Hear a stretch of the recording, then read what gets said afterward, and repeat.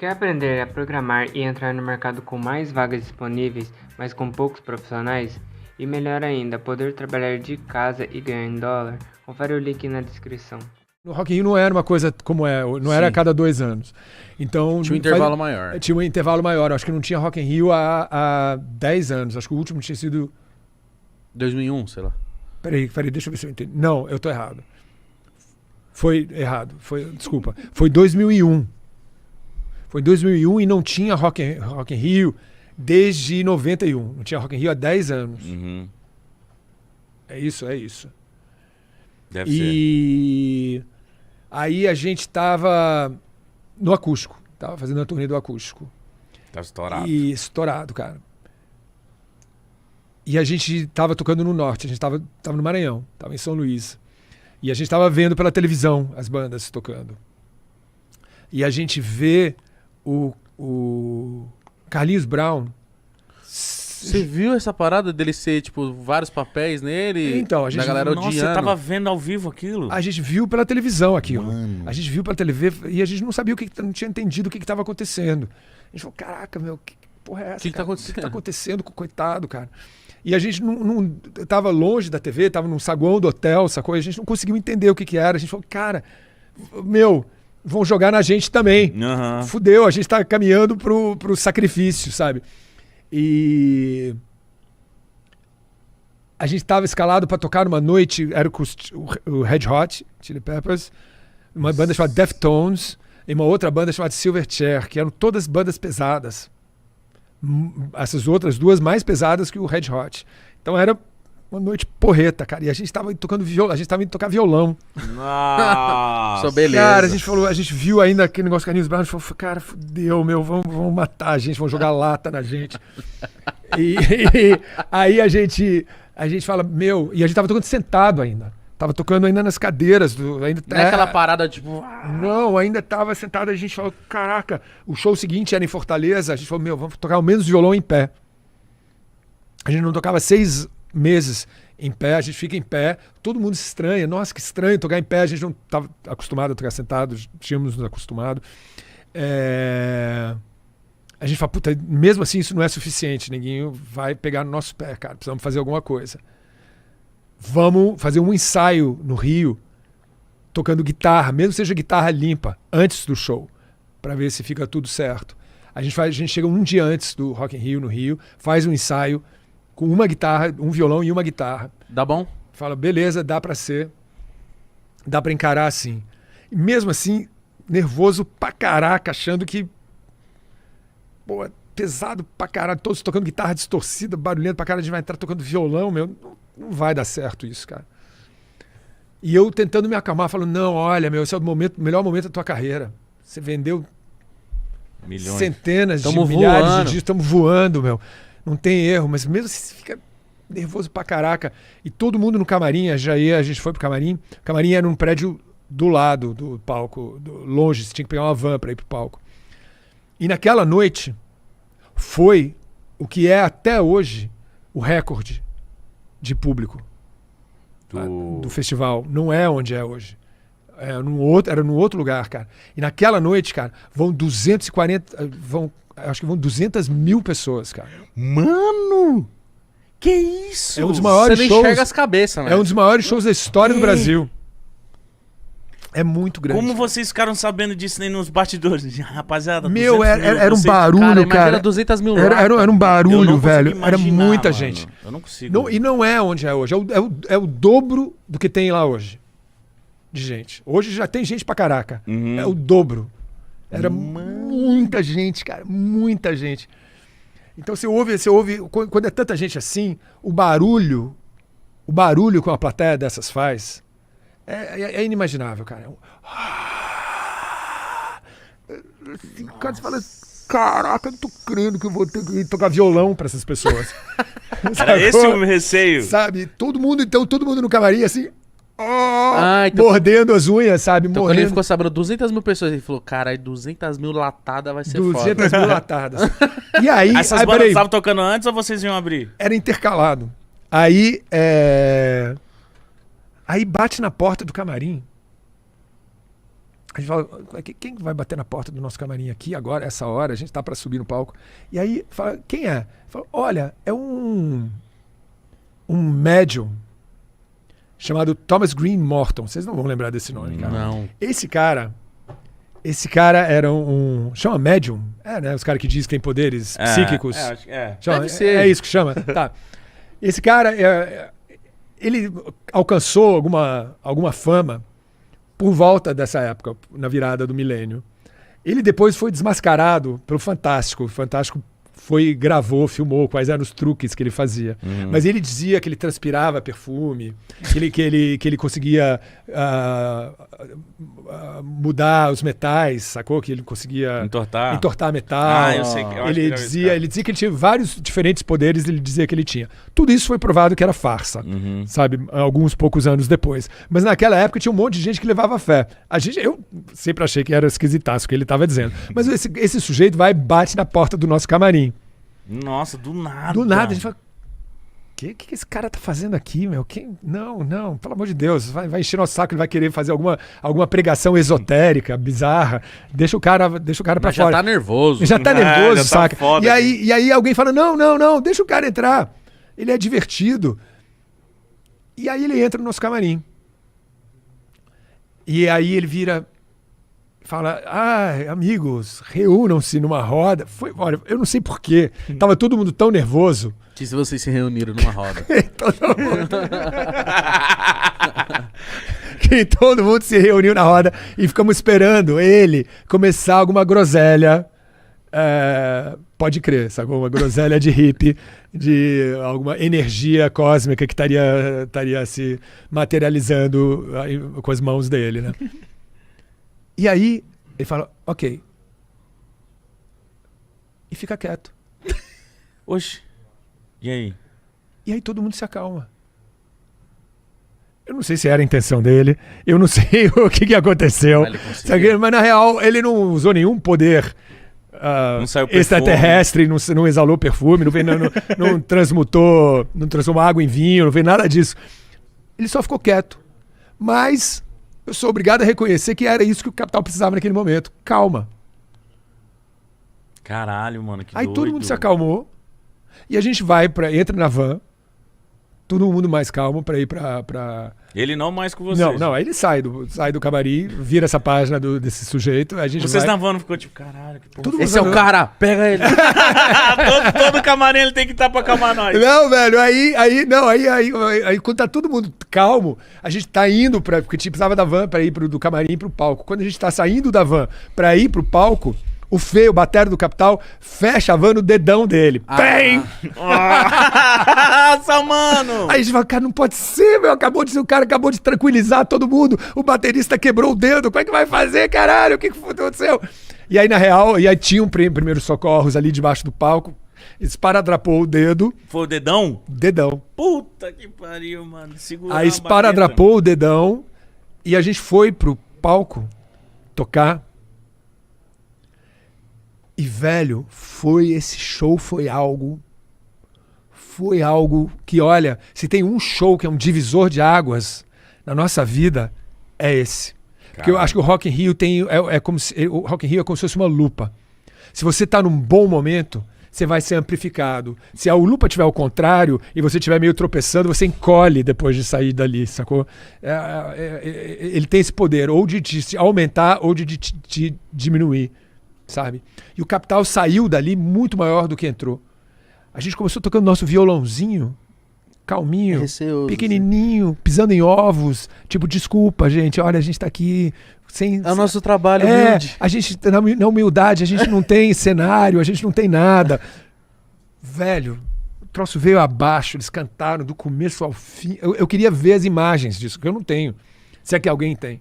Mas foi algo, sim, uma comoção da plateia. E foi escolhido o melhor show da noite. Ah, que foda. Caralho. Mais do que o Red Hot, mais do que os gringos. E era violão, não tinha efeito nenhum, não tinha nada, não tinha porra Isso nenhuma. era em 2001? Foi em 2001. Eu já ia sair falando, você pode jogar as guitarras fora. Chega, o bagulho é acústico. Rock é o caralho. Caralho, mano. E tipo, quando anunciou vocês, a galera já... Foi incrível, cara. Foi incrível. E foi a primeira vez que a gente viu, eu nunca tinha visto. Foi a primeira vez que eu tinha visto essa coisa de botar a mão pra cima, sabe, pra cantar. E eu não fui eu que chamei.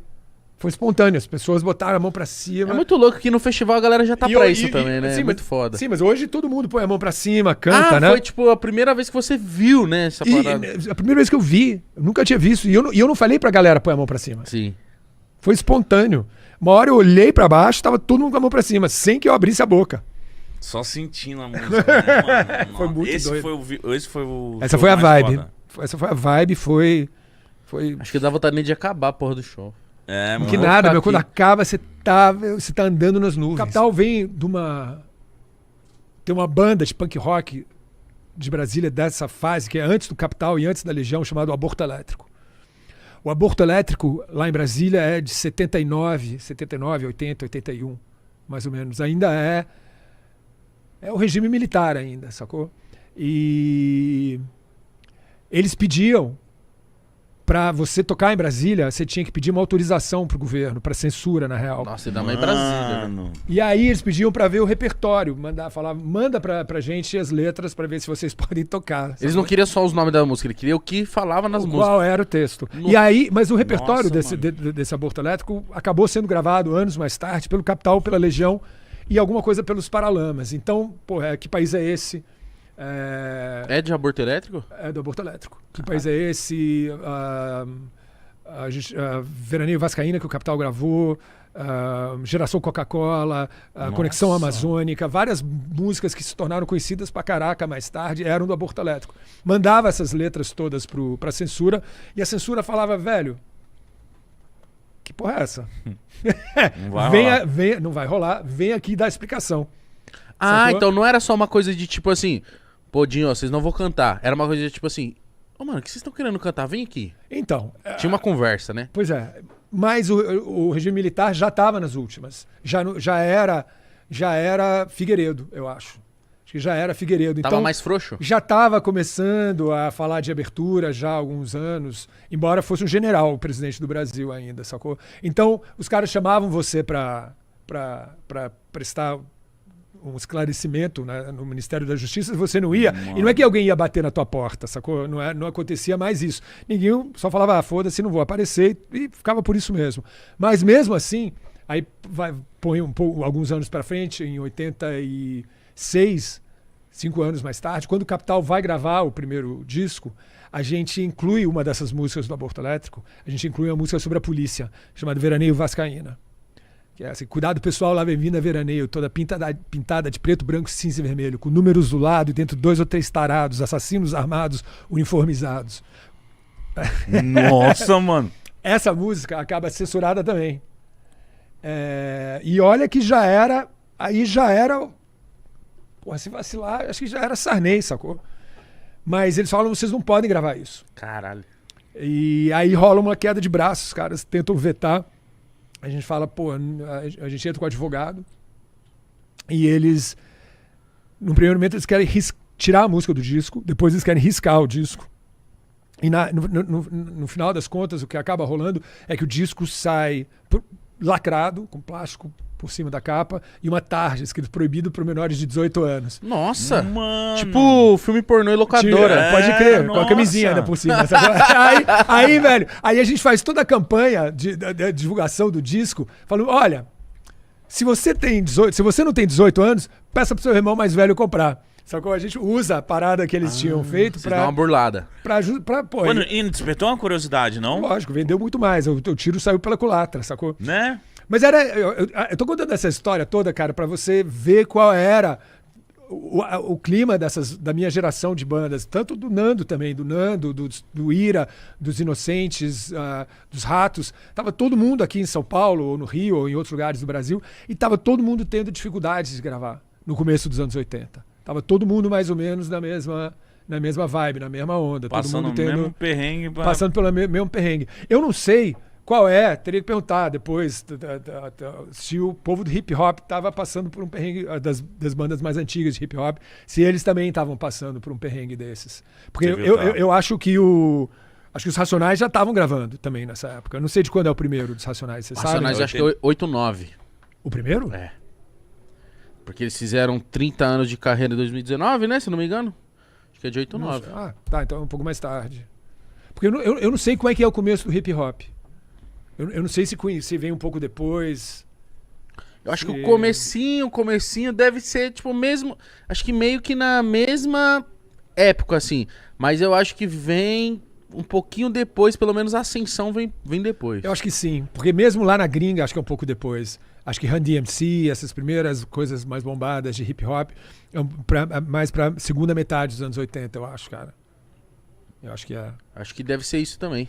É verdade. Isso aí eu não tenho exato, é foda, não lembro. A real é que tanto o hip hop quanto o rock, cara, tinha uma coisa de ser um papo reto, de falar as coisas, sacou? E a gente, ainda mais com a redemocratização do Brasil, pela primeira vez estava acabando o regime militar, você tinha que falar o que estava acontecendo, fazer a trilha sonora da juventude.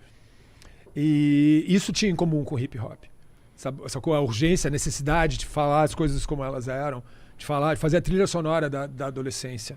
E como que era a mídia nessa época, tipo as TV, essas paradas? Como que foi a aceitação de vocês? Vocês eram vistos como naquela época? Os caras revolucionários, os caras malucos? Velho, num primeiro momento eles não deixam a gente ter acesso. É gozado. É assim, era como se as gravadoras falassem, não vamos gravar você. Até que a gente começa a tocar nas cidades, começa a aparecer gente. As gravadoras veem que tá indo gente. Contratam as bandas. Era como se elas tivessem perdido o controle da situação, sacou? Tipo, vamos ter que comprar. Ela só aceitou, né? Aí, pô, tá dando, a garotada quer ouvir, sacou? Então, beleza, vamos gravar o que a garotada quer ouvir. A gente gravaram o negócio. Lançaram. Uou! Caraca, vendeu pra caraca. Tem que botar na televisão. Nossa, as coisas só foram... Era como se eles tivessem que se render. Ou seja, e eram muitas vezes discos e músicas para as quais eles tinham falado não um ano antes. Uhum. Sacou? Aliás, um dos conselhos, de repente, para quem estiver nos ouvindo, é o seguinte, cara. Se você tem uma banda, tem uma ideia, tem um grupo, seja lá qual for a parada, e alguém falar não para você, velho, não desista. Porque a gente ouviu não pra caraca. Sério? Pô, todas as bandas, todo mundo pastou. Todo mundo... Vocês falavam que não, isso é ruim, isso é louco. Ruim, já cansei, cara, de pegar do diretor artístico da gravadora, pegar disco da Legião Urbana e falar, isso aqui nunca vai dar certo. Exato, os caras acho que devia falar mais ou menos isso. Tipo, isso aqui não vai fazer sucesso, cara. O que faz sucesso é isso aqui, mostrava outra coisa. Nossa. E o gozado é que o que eles mostravam era uma coisa muito mais pop. Sacou? Eram umas coisas que a gente ouvia e falava, porra, você tá de sacanagem, né? Não é possível. Com todo respeito, eu não quero desmerecer o talento de ninguém. Mas a gente achava que era necessário uma seriedade. Eu acho. E eles não viam isso, sacou? Eu acho que as gravadoras não conseguiam perceber essa urgência que... O momento pedia, né? Que o momento pedia. Vocês ficaram quanto tempo nessa... Até vocês falarem, caralho, cara, eu vim pra São Paulo. Eu vim pra São Paulo em... Quer ver, ó? Eu vim pra São Paulo em final de 84. Vim pra São Paulo em começo de 85. E a gente pastou... A gente foi gravar em 86. Então a gente ficou 3 anos. Nossa, batalhando. Batalhando, mostrando demo, fazendo música. Eu morava ali na Bela Vista, numa casa geminada, a gente conseguia ensaiar no porão. E o teto era tão baixo do porão, velho, que ninguém conseguia ficar em pé. Caralho, todo mundo ensaiando corcunda. Não, tinha que todo mundo sentar pra tocar. E aí, naquele porão ali, a gente fez uma porrada de música. E a gente levava as músicas para as gravadoras e diziam que não. Aí, aos poucos, as bandas começaram a gravar. Começou com a Legião, depois foi a Plebe Rude e a gente por último. E uma hora, velho, a gente ficou por último, uma hora eu fiquei falando, porra, será que eu devia estar pensando em fazer outra coisa da vida, sacou? Tava todo mundo gravando. A nossa geração quase toda tinha gravado, a gente tava ficando pra trás. Nossa. E aí dá essa parada, né, meu? Você fica pensando. Os caras tá do meu lado. E você fica pensando se é pra você, né? Se você tem o que precisa. Você se questiona, você fala assim, talvez eu seja ruim. Vocês estão falando mesmo, né? Pô. Nossa, deve rolar muito isso. Velho, até hoje passa pela minha cabeça. Nossa, pelo amor de Deus. Não, mas não tem como, tá 40 anos fazendo Você coisa teve sorte? Tive. Qual foi a sua sorte? Várias vezes. Eu ter conhecido esses caras. Isso foi uma sorte. E, Os caras terem te aceitado. cara, porque aí é que tá. Uma das ideias por trás do punk rock é o seguinte: qualquer um pode tocar. Você pode tocar. Se você tiver afim, se você tiver uma ideia na tua cabeça, forma uma banda, vai cantar. Foda-se, pode. Sacou? Não precisa entrar no conservatório, ficar anos aprendendo música, fazendo escala durante 10 anos pra fazer a sua banda. Não. Prende 2 acordes, pode tocar. Essa era a ideia por trás do punk rock. Eu não conhecia o punk rock. Eu conheci o punk rock quando eu conheci Os caras. o Aborto Elétrico e o Renato Russo. Se eu não tivesse cruzado com os caras na rua, sorte. E não tivesse conhecido... Será que eu ia ter conhecido o punk rock? Se eu não tivesse conhecido o punk rock, eu nunca teria cantado no Capital Inicial. Sorte, mais uma vez. Sorte. Cara, mas quando você viu eles, você deve ter falado... Você deve ter olhado e falou... Porra, não passou... parada louca, diferente. Sim. E, na verdade, eu confesso pra você que eu achei meio tosco também.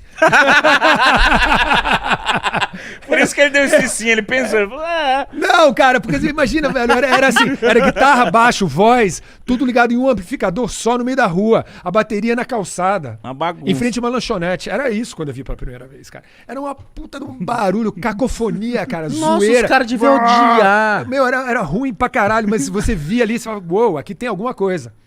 Sacou? Talvez pela cara deles.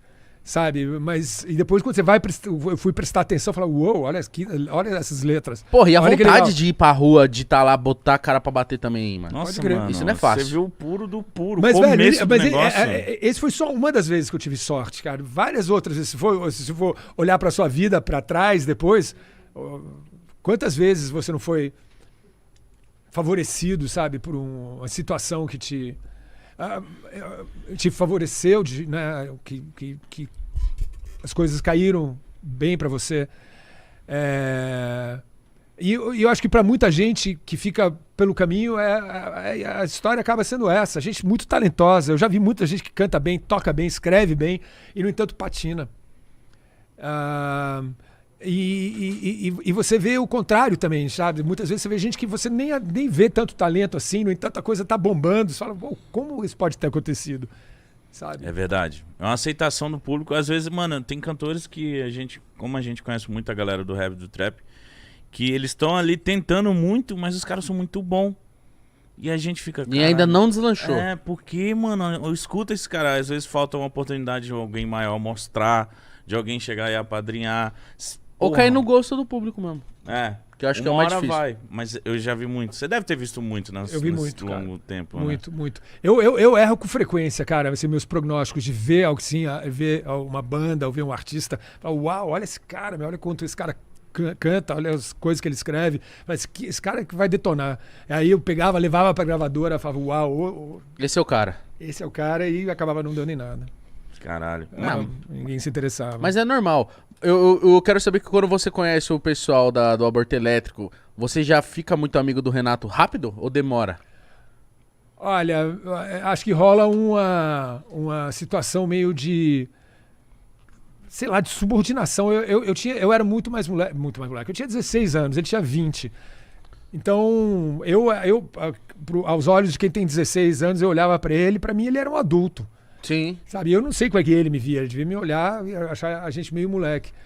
Eu achava que ele existia um papel de liderança, sabe? Ele lia pra caraca, então ele ficava dando livros pra gente, leia isso, filmes, ele trabalhava na cultura inglesa lá em Brasília.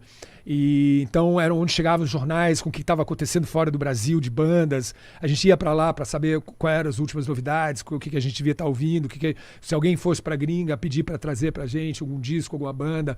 E rolava os festivais de cinema lá também, dentro da cultura inglesa. E eram sempre uns festivais de cinema alternativo.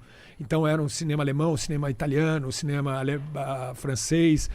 Era muito legal, cara. E isso tudo era perto da onde o Renato trabalhava. Então ele era uma espécie de uma liderança intelectual. Sacou? Tinha muita cultura, né? Era uma enciclopédia. Na real, a verdade era essa. Ele ainda lia pra Cacilda, lia muita biografia. Como a gente gostava muito de cinema, a gente gostava muito de música, cinema, livros. Ele era uma fonte inesgotável porque pequenas anedotas a respeito de cinema, como é que os filmes tinham sido escritos, como é que eles tinham sido filmados, qual era a história por trás Nossa, então era muito... dos atores. Muito bom estar com ele, que você aprendia muito, Era animal, curioso. meu, era animal, cara. Ele sabia. Isso de discos também. Disco dos Beatles, Abbey Road. Como é que o Abbey Road tinha sido composto? Como? Por quê? O que estavam pensando o John Lennon quando ele fez aquela música? nossa. Qual era a inspiração para aquela letra? E embora todo esse universo da música e do cinema, ele sabia o que tinha por trás das cortinas, de tanto ler biografias. Mano, Então, todos esses filmes que a gente cresceu vendo, sabe? E músicas que a gente cresceu ouvindo, ele sabia a história por trás. E então a gente ia pra casa dele, ele ficava contando, dando livros pra gente. Fala, leia isso, ouça isso, veja esse filme. Porra, cara. Nossa, que cara sensacional, era mano. sensacional. Era sensacional. Eu não sei se vocês sabem, mas ontem não, acho que na semana passada, na terça-feira, fez 25 anos que o Renato morreu. Caralho, tudo isso já. 25 anos. Mano, eu cara. tenho 25 anos. Então, você nasceu no 9h30. 9h30. o pessoal da sua casa assistia? Ou Minha assistia? mãe... Pô, tem que contar essa história. Minha mãe gosta muito de Legião. Muito, assim. Tanto é que Minha mãe ama Capital. eu cresci numa casa, tipo... Onde minha mãe... Mas é a geração dos pais de vocês, velho. Sim. Vão conhecer. Acho que não vão conhecer a história da Legião. Quer dizer, vão conhecer o trabalho da Legião, mas não sabem do que veio antes, sacou? De quando Talvez ele, não. Quando ele era com moleque. certeza. Porque essas histórias, parte do que eu tô contando, é antes da Legião, isso é o começo dos anos 80, quando ele tinha 20 e poucos anos. E a gente teve a sorte de poder ver ele ainda antes do sucesso, quando ele pegava o violão e tocava aquelas músicas todas que vieram a ser conhecidas depois. Ele já tocava essas músicas? Tocava. Faroeste Caboclo, Eduardo e Mônica, essas Mano. músicas todas que seus pais devem conhecer e muitos garotos também conhecem. A gente viu ele tocando no violão na nossa frente. E vocês já achavam boas na época? Foda, meu. Já eram o que são hoje. Mas vocês ficavam com essa sensação, tanto de você, tanto ele. Mano, a gente vai estourar, a gente vai. Mas aí é que tá. sucesso. Você perguntou, a gente estava falando de dúvida de talento, uma hora mais cedo a gente falou. Sim. De dúvida do teu valor, sacou? Quando eu via esses caras fazendo o Ebert e o Renato, que são os que eu tive contato quando eu ainda era adolescente, que o Ebert é um talento musical de outro planeta e como compositor também. O Renato são dois grandes compositores e grandes músicos. Eu vi esses dois caras e eu sei que eu não sou tão bom quanto eles, sacou, meu? Então eu via isso e falava, caraca, velho, como é que eu vou viabilizar a minha carreira se eu não tô, né? Se eu não tô, eu sei que eu não sou tão bom quanto esses caras. E eu levei muitos anos até falar, beleza, eu não sou como eles, mas eu preciso achar a minha própria onda. Eu preciso achar meu próprio caminho, que não é como o do Renato, que não é como o do Ebert. E eu não posso ficar frustrado de não ser como eles. Uhum. Então é gozado isso, como você tem que achar a sua própria história, sabe? Mas é o mais da hora. Ah! É o mais da hora, porque às vezes você fica, tipo... É a sua identidade, né? Tipo, o a Mítico sua é muito meu amigo. personalidade. O Mítico é muito meu amigo. O que o Mítico faz isso? Eu vou fazer isso? Aí você vai dando cabeçada. Na hora que você fala assim, mano... Esse é meu estilo se eu- também, mano. Minha história é daquele lado, desse lado aqui. Aí você começa a dar certo, você fala assim... Caralho, ó como eu sou valioso, mano. Mas é mais assim, de você pegar um cara que você admira pra caraca. Você fala, uau, olha esse cara, olha o talento desse cara, sabe? Você fica de boca aberta de ver o cara escrevendo na tua frente, sabe? Ou, sei lá, criando, seja lá Sim. o que for. Pode ser trap, pode ser rap, pode ser rock, pode ser o que for. Você vê o cara criando na tua frente e você fica chapado. E você é um músico também, você quer criar também. E você fala, porra, eu não sei se eu consigo fazer o que esse cara tá fazendo, sacou? E eu tenho que... Eu não posso querer ser como ele. Eu tenho que tentar criar uma outra coisa numa outra direção, sabe? Porque senão eu vou ser uma imitação dele, sempre ruim. Uhum. Eu nunca vou ser como ele, eu vou ser uma versão meia boca do cara, sacou? Uma versão... a versão tosca do cara. E eu acho que eu tive isso durante muitos anos, de ter crescido com esses dois, a sombra dos caras, até passar o tempo suficiente para que eu pudesse dizer, galera, beleza, o meu caminho é outro, longe da sombra dos Sim. caras. Na primeiro CD seu, você já tinha um hit, você já... O primeiro CD já bombou, e eu acho que eu não estava preparado, meu. Aí foi muito excesso, sabe? Eu não sei, muita droga, muita acabação. Fazia parte desse lifestyle, tipo, na época, você tinha que usar droga, tinha que ser doidão pra tipo, mostrar que era roqueiro. Olha, não sei se todos faziam, sabe? Mas eu achava que eu fazia mais para afogar essa noção que eu tinha de eu não estar à altura do desafio. Por ser imaturo. Musicalmente. Sim. Bom, em todos os sentidos. Eu tinha, acho que 21 anos quando grava o primeiro disco do Capital. Sacou? Então eu falava, Muito novo. O primeiro álbum, né? O primeiro compacto mais cedo ainda. Mas de eu não ter a manha musical, não saber compor, não saber cantar, sabe? E eu sabia que eu não sabia. E eu achava que todo mundo em volta de mim dava pra ver que eu não sabia. Tava na cara. Tava né? na cara que eu não sabia. Eu precisava de muito mais tempo de porão. Precisava de muito mais tempo De garagem. De garagem, sabe? E ensaiando até eu aprender a fazer.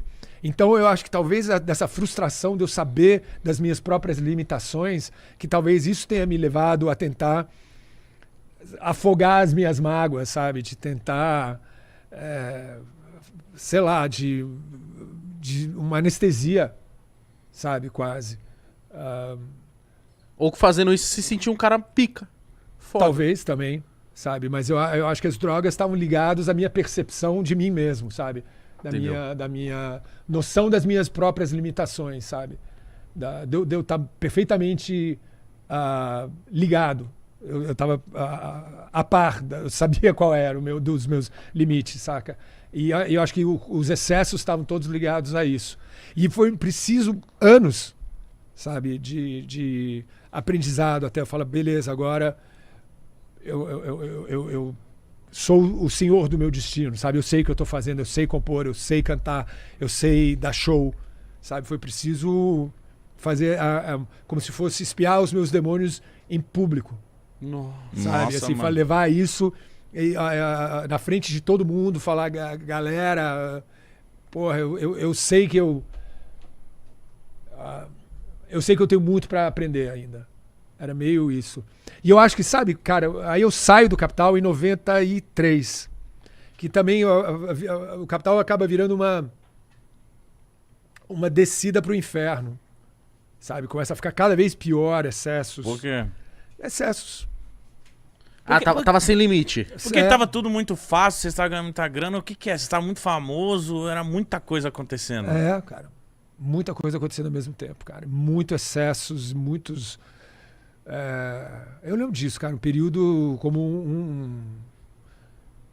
uma coisa quase fora de foco, cara. Foi uma loucura. Quanto tempo você ficou nessa loucura, você lembra? Velho, uns 3, 4 anos. Nossa, de muito tempo, mano, de doideira. Assim, É incrível eu ter sobrevivido, cara. Caralho. É mesmo, Jim? Vai, Mítico. Fica na revoada aí. Oxi, meu bagulho é só pinga. Eu dei uma controlada, mas é tipo... Aquela época as drogas eram novidades? Ou já existia há muito tempo as drogas? Não. Era álcool e cocaína, né? Basicamente eram as mesmas. Eu não sei se comigo tinha... Eu não sei se era comigo que eu me excedi. Eu sei que quando entra nessa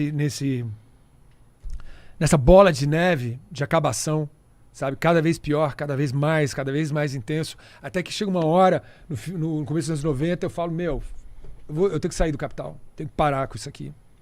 E aí eu saio, eu tinha 29 anos. Eu estava no Capital toda a minha vida adulta, dos meus 19 aos meus 29. Aí uma hora eu falo, cara, preciso parar isso aqui, velho. E aí eu saio do Capital. O público sabia que estava acontecendo? Acho que não. E o público deve ter ficado doido, né? Ninguém sabia. Como assim ele saiu? Ninguém sabia, nem meus pais sabiam. Ninguém sabia. Nossa. Foi assim, cara. Olha... E aí... E eu morava sozinho, eu morava ali no centro. Eu morava na São Luís, cara, na República. São Paulo. Então ali você conseguia tudo que você queria. Fácil demais. Fácil do que você queria. Meu apartamento era aberto. Quem quisesse podia entrar na minha casa. Meu Deus, mano. Aí o povo das noitadas ficava todo mundo jogado na minha sala. E roubaram chegaram a roubar tudo que eu tinha, ficava tudo largado, doidaço, eu entrava, roubava. Olha, velho, quando eu lembro... E aí, pouco depois disso, eu conheço a minha mulher, que é minha mulher até hoje. Nossa, Foda. ela foi Maria. sua salvação? Ela foi minha salvação. E a partir dali, eu começo a reconstruir a minha vida do que ela é hoje. Aí, 3, 4 anos depois, eu volto pro Capital. E quando eu volto pro Capital, em 98, depois disso, aí volta tudo diferente. Você já volta, tipo, pré-estabelecendo coisas. Aí eu sei compor. Aí eu sei o que eu quero. Eu sei cuidar da minha carreira. Tá convicto da eu, parada. eu sei aonde ir, sabe? Eu volto meio... Eu controlando o meu próprio destino. Como se fosse. E aí eu reconstruo.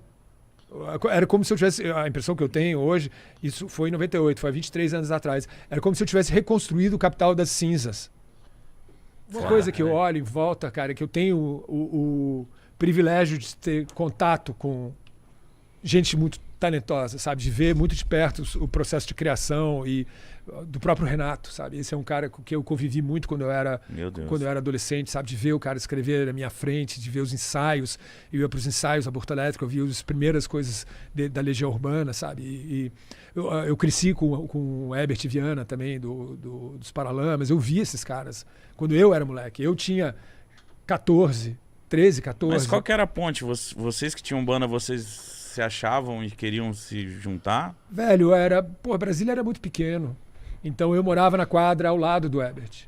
Nossa. Sacou? E eles eram um pouco mais velhos do que eu. O Herbert devia ter, deve ser 4 anos mais velho do que eu. Eu devia ter 12, ele tinha 16. Sacou? Eu olhava pro cara e falava, meu, quero ser como esse cara. Eu quero crescer para ser como ele. Eu quero ouvir tudo que ele ouve. E ele já tocava guitarra o dia inteiro. E era isso, velho. O Renato foi outra parada. O Aborto Elétrico estava tocando numa calçada e a gente esbarrou nos caras. E aí eles estavam pichando a cidade de Brasília. Eu era um pouco mais velho, eu devia ter 16. E eles pichavam a cidade inteira de Brasília com o A da Anarquia. Daquele do punk rock, sabe? Sim. O A da Anarquia com o E do Aborto Elétrico. Então ficava Aborto Elétrico. Picharam as pilastras do meu prédio. Aí a gente falou, caraca, que porra é essa? Vamos tentar descobrir quem são esses caras. Caralho, chamou atenção. Porra, Aborto Elétrico, meu, A da Anarquia. A gente tinha visto os caras tocar de coleira, alfinete, calça rasgada, bota, cabelo espetado. Velho, a gente viu aquilo e falou, uau, que porra é essa, cara? A gente tem que andar com esses caras, velho. A gente tem que achar esses caras. Não rolou um estranhamento, então, da parte de vocês? Isso que é muito foda. Não, rolou da parte deles. Eles que não queriam saber da gente, velho. Eles Sai olharam daqui, ele, eles molecada. olharam pra Não, gente. mas vocês falavam, são muito certinhos, mano. claro, olharam pra gente. A gente não era muito certinho. A gente tinha cabelo comprido, era roqueiro também, mas não era punk, sacou? Aí eles olhavam pra gente e falavam, pô, vai se fuder, a gente não vai falar com vocês. E no primeiro momento a gente ia pros shows. E os shows era assim, meu, a gente através de duas menininhas punks, a gente descobriu aonde era o próximo show, era num pico chamado Cafofo. E que era, era isso mesmo, era um buraco, sacou? Um cafofo. Embaixo era o lugar onde eles iam tocar. E a gente chegou lá na hora do show, desceu pro porão e tava lá o Aborto Elétrico. Tinha e mais quantas pessoas assim assistindo? Como que era? 10 pessoas. Mano. 10 pessoas. E era o Renato, velho, já. Era o Renato Russo. Que não se chamava Renato Russo. Ainda E chamava fazendo show. tocando como punk se rock, tivesse- tocando Que País é Esse? Mano, que doideira. Era isso. Só que nós somos os primeiros a aparecer. Nunca tinha aparecido alguém que fosse fã, sacou? Que não era da turma deles. Então, no primeiro momento, e é gozado porque, pô, a primeira vez que desce alguém que não era fã dos caras. Ah, então foi vocês os responsáveis na hora que furou a bolha. Foram vocês. Foi a primeiras pessoas de fora, porque as 10 pessoas que estavam ali presentes eram da outra banda que ia tocar depois deles. Sacou? Não tinha público nenhum, acho. Talvez. Aquela mesma Tava galera. nichado. Era a mesma galera, sacou? E aí a gente aparece pra tocar e mesmo assim eles fazem com doce, eles não vêm falar com a gente, não deixam a gente, não se aproximam, mantém a distância, sacou? Foi preciso, sei lá, a gente aparecer em 3, 4 gigs até os caras falarem com a gente, falar, beleza, quem são vocês? Vamos tocar figurinha, quer entrar pra turma, quer andar com a gente. Foram aceitos. Aí fomos aceitos e assim cada vez mais gente ia se aproximando, ia crescendo essa bola de neve. E aí uma hora as bandas começam a tocar tocar fora do Rio, fora de Brasília. E na sequência a gente acaba se mudando para São Paulo, em 84. Mano, muito Caralho. louco.